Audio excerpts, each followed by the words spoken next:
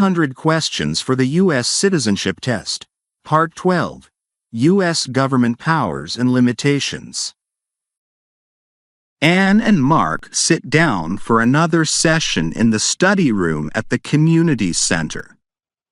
After exploring the political system and election process, they're now diving into the specific powers of the U.S. government and the limitations placed on those powers to protect citizens. Hello, Mark. You've covered so much already, from elections and political parties to the structure of the judiciary. Today, in Part 12, we'll explore the powers the U.S. government has, and, just as importantly, the limitations that keep those powers in check. Knowing this will give you a clear understanding of how the government serves and protects the people. That sounds interesting, Anne. I'm ready to learn how power is balanced and limited in the U.S.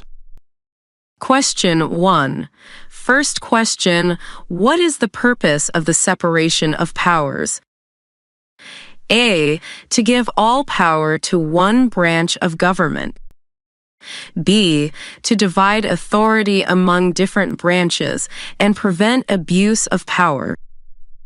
C. To allow the military to control the government. I'll go with B. To divide authority among different branches and prevent abuse of power. Correct. Separation of powers divides government responsibilities into 3 branches: legislative, executive, and judicial. This structure prevents any one branch from becoming too powerful. Question 2. Which branch of government has the power to declare war? A. The Supreme Court.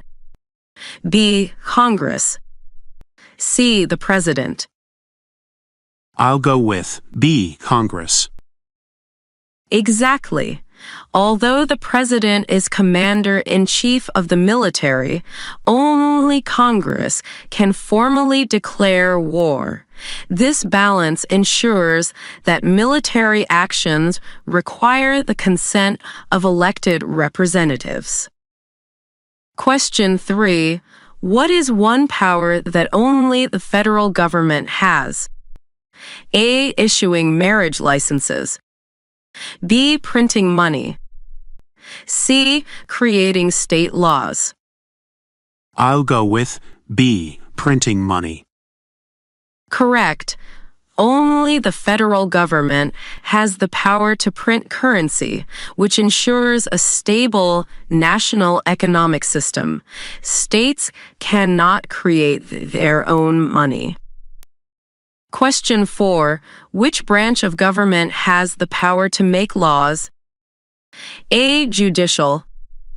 B. Legislative. C. Executive. I'll go with B. Legislative.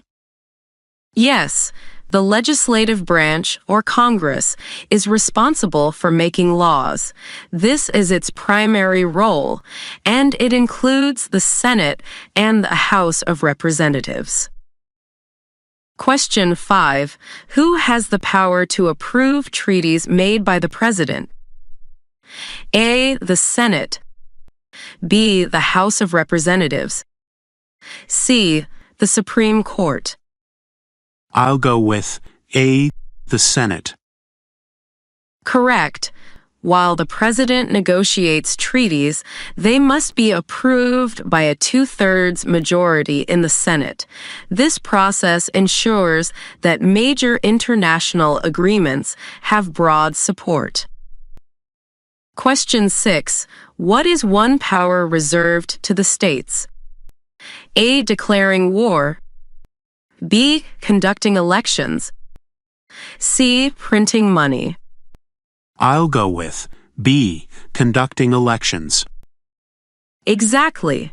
States have the power to manage their own election processes, including those for local, state, and even federal offices. This allows states to customize elections according to their needs. Question 7. Which amendment limits the president to 2 terms in office? A. The 22nd Amendment. B. The 18th Amendment. C. The 10th Amendment. I'll go with A. The 22nd Amendment. Correct. The 22nd Amendment, ratified in 1951, limits the president to 2 terms in office, preventing any one person from holding executive power for too long. Question 8. What is one way the legislative branch can check the power of the president? A. By appointing judges. B. By vetoing laws. C. By overriding a presidential veto with a 2/3 vote. I'll go with C. By overriding a presidential veto with a 2/3 vote. Yes. Congress can override a presidential veto with a 2/3 majority in both the House and Senate. This ensures that laws with strong support can pass even if the president objects. Question 9. What is the main purpose of the system of checks and balances? A. To allow each branch unlimited power. B. To prevent any branch from becoming too powerful. C. To make sure only the president has power. My answer is B. To prevent any branch from becoming too powerful. Correct.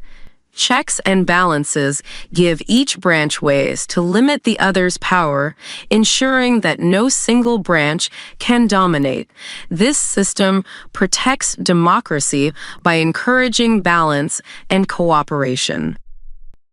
Question 10. Which branch of government interprets the Constitution? A. Legislative. B. Executive. C. Judicial. My answer is C. Judicial. Exactly. The judicial branch, particularly the Supreme Court, interprets the Constitution and can rule on the constitutionality of laws. This power helps ensure that laws align with democratic principles. Question 11. What is one power that both the federal and state governments share? A. Conducting foreign policy. B. Collecting taxes. C. Declaring war. My answer is B. Collecting taxes. Yes.